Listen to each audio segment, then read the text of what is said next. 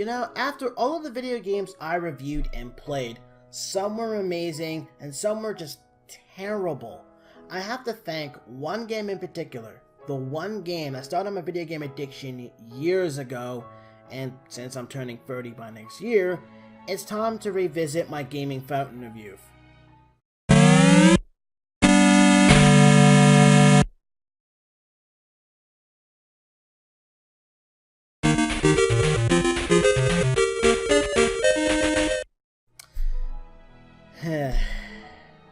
It's been 23 years since I've last seen and played this game. Well, I think it's about time we talk about it.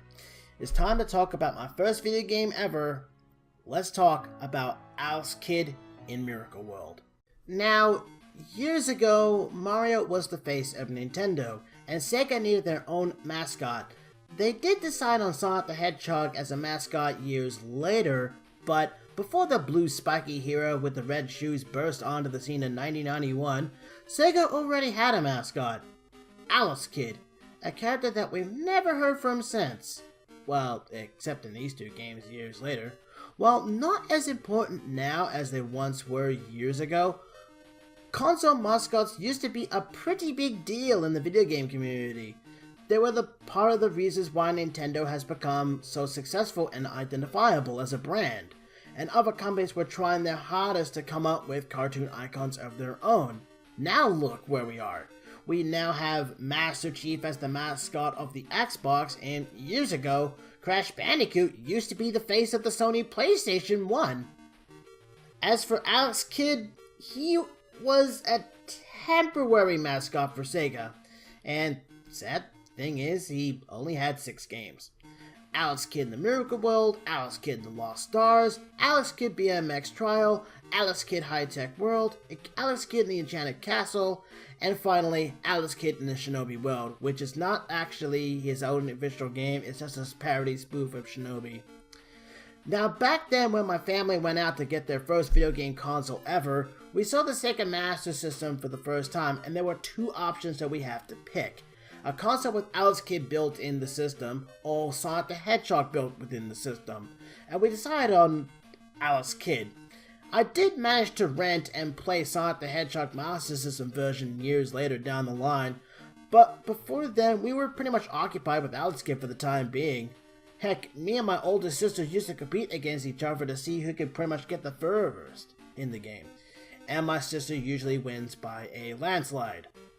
And thank God we didn't get the game, we got the game built within the system, cause we wouldn't buy the game if the box art looked like it was drawn by a 5-year-old. But years later, does the game still hold up to this day?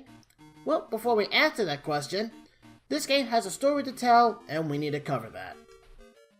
A young martial artist named Alex Kidd one day learns of a villain named Dragon the Great, who has defeated King Thunder of the city of Radixian. Well, I'll pretty much just call it a rad country, or I'm just gonna call it rad.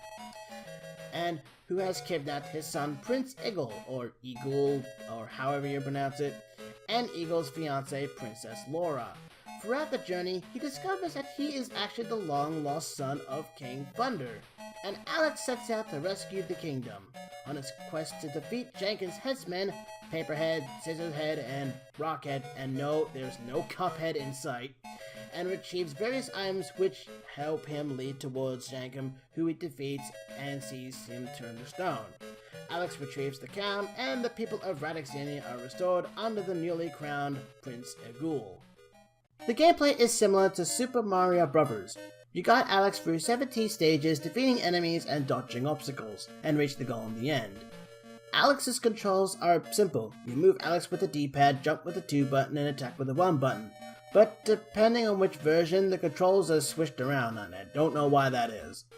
Unlike Mario, who can defeat enemies by jumping on them, Alex can't do that. He has to punch his enemies to defeat them. And he does get upgrades which makes his journey a lot easier, like the teleport powder. This powder will make you invincible for a short period of time. Think of it kind of like the Superstar from Super Mario Bros.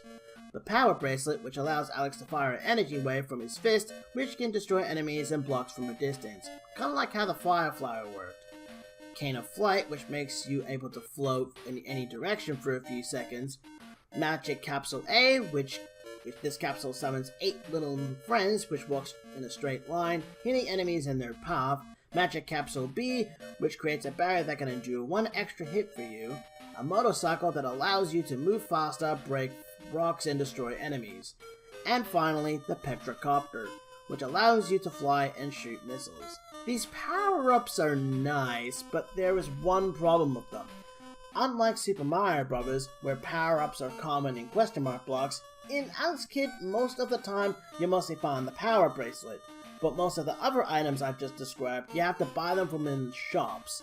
And like Super Mario Bros., Alex's endurance is weak as shit. 1 hit and you're dead. And unlike Super Mario Bros., where you run out of lives and you have to start the game from the very beginning, but in Alex Kidd, if you've collected more than $400 or $800 depending on the game's version, you can hold select and rapidly press 2 to continue where you left off. And sometimes in later stages, some stage designs can be confusing. Take this jungle stage for example. At the store, you'll be given an option to buy a bike, but there's one problem. The stage is surrounded by spikes, so the spike is useless here! And with the bosses, you don't challenge them when you first encounter them. You have to defeat them in a game of rock, paper, scissors. But at a price. You lose twice and you're dead. But you do actually fight them in later stages.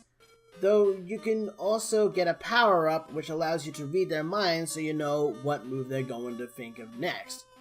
So this world, you can buy your way back from death and then treat rock, paper, scissors like a game of Russian roulette. Wow, this game does not screw around. Heck, even after you defeat the boss of the game, it doesn't end there. You need to get the gold crown in order to beat the game, which you need to complete a puzzle, which you need the guide for, and if you fail the puzzle, you lose a life. Question, why a puzzle at the end? Can't they just end the game after defeating the final boss? I mean, that's how most of the video games end, right? Above all, I think this game is fantastic. Some stages are okay.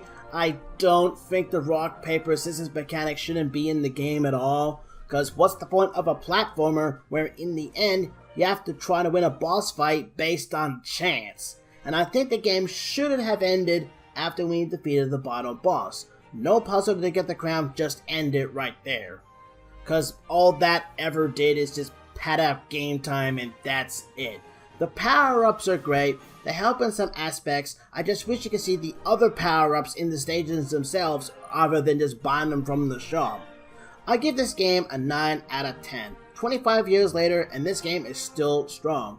If you want to play this game for yourself, I recommend getting a Fusion emulator and the ROM. A quick Google search will point you in the right direction.